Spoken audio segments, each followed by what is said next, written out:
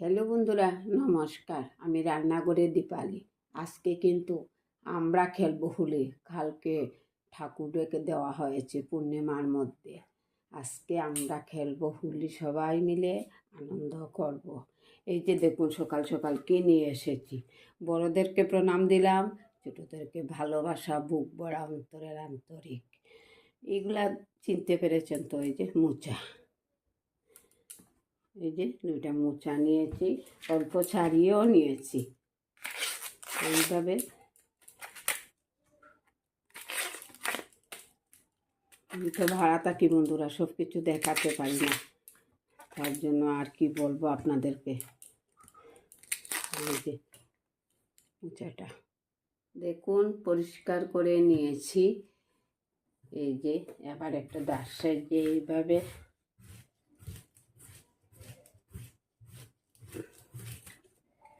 এইভাবে কেন করে তা আমি বলতে পারবো না। ওই যে আগাটা বেশি থেকে যায় না কুসাটাই, তার জন্য দেখতাম মা মাসিরা করতেন, তাই আমিও করলাম। এইভাবে নিলাম কেটে।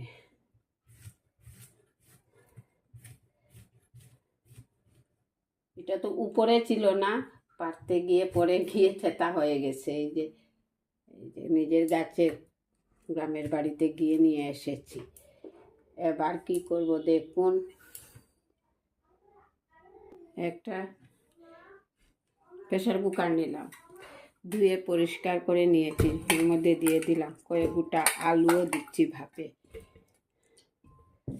জলও দিলাম। ঢাকনাটা বন্ধ করে চুলায় বসিয়ে দেব। চুলায় বসিয়ে নিয়েছি, হয়ে যাবে ভাপ। চাগুলা পিস পিস করে কেটে নিয়েছি। এই যে দেখুন, এবারে মোচা চিংড়ি আজকে রসা বানিয়ে দেবো। এই চিংড়িগুলা গিফট পেয়েছি, জানেন? আমাকে মানুষ গিফট করে, কে দিয়েছে বলবো পরে। মোচা রসা করার জন্য দেখুন, ওইখানে নিয়েছি অল্প চালের গুঁড়া, ময়দা, আর নিয়েছি হলুদের গুঁড়া, নুন পরিমাণ মতো। নুনটা দিইনি আগে, এবার দিয়ে দিচ্ছি পরিমাণ মতো। এবার অল্প জল দিয়ে হাতের সাহায্যে এঁকে নেব। এই যে দেখুন, কড়াই কিন্তু বসিয়ে রেখেছিলাম, গরম হয়ে আসছে। এবার মোচা ভাজবো বলে যে তেল দিয়ে দিলাম। তেলটা গরম হয়ে আসুক। ভালো করে বেসনে ডুবিয়ে নিয়েছি। দেখো, একবার এক পিস করে দিয়ে দিচ্ছি। হাত দিয়ে দিলে আমার ভালো লাগে, যে কাজটা যেটা দিয়ে করলে সুবিধা হয়। সেই দিন বাজার থেকে মোচা কিনে নিয়ে এসেছি, তিতা, এত তিতা গো, খেতে পারিনি। একটা উল্টানো দিয়ে দেবো।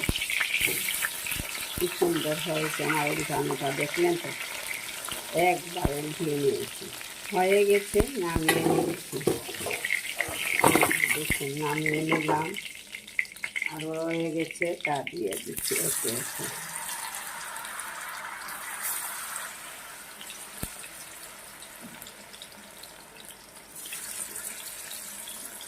এক সাইড হয়ে গেছে, অন্য সাইডটা উল্টানো দিয়ে দেবো। বড়াগুলা হয়ে গেছে, এবার নামিয়ে নিচ্ছি। সবগুলা বড়া ভাজা হয়ে গেছে, নামিয়ে নিচ্ছি। বড়াগুলা ভাজার পরে যে তেলটা রয়ে গেছে, চিংড়িগুলা ভেজে নিচ্ছি। চিংড়িগুলা দিয়ে দিলাম। এবারে হলুদ, নুন দিয়ে ভেজে নেব চিংড়িগুলা।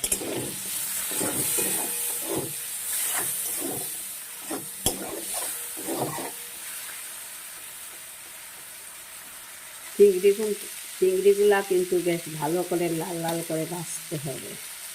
চিংড়ি মাছ ভাজা হয়ে গেছে, এবার নামিয়ে নেব।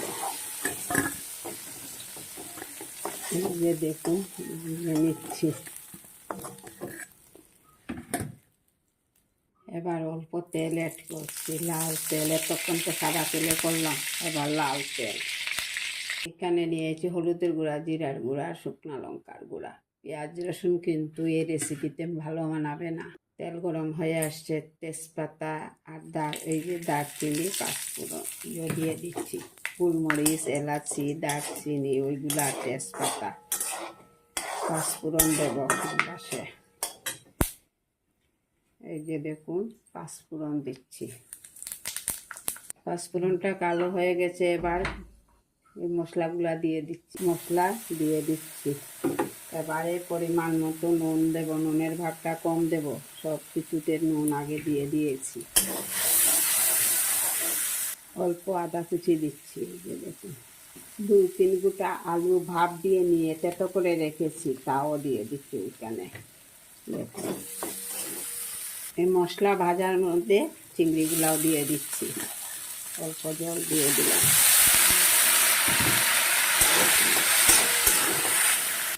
মশলাটা ভালো করে ভেজে নিয়েছি, এবার ঝোল দিয়ে দিলাম।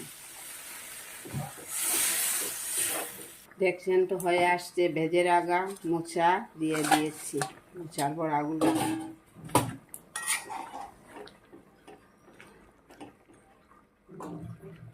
ধনে পাতা কুচি করে রেখেছি, তা দিচ্ছি। পেঁয়াজ রসুন ছাড়া তো, এই যে কাঁচা লঙ্কা দিয়ে দিলাম। হয়ে এসছে, এবার নামিয়ে নেব। হয়ে গেছে, দেখছেন তো, নামিয়ে নেব। নামানোর জন্য একটা বোল নিয়েছি। দেখুন হয়ে গেছে আমার রেসিপিটা, নামিয়ে নিচ্ছি। কেমন লাগলো আমার এই রেসিপিটা? একটু ঝোল রেখেছি, কেননা একদম চুষে নেবে তো। এই যে মোচাগুলা কড়া আছে না? এই যে ভালো লেগে থাকলে অবশ্যই লাইক কমেন্ট করবেন, আমার পাশে থাকবেন। আমি আপনাদেরকে নতুন ভিডিও দেখো। ধন্যবাদ, নমস্কার।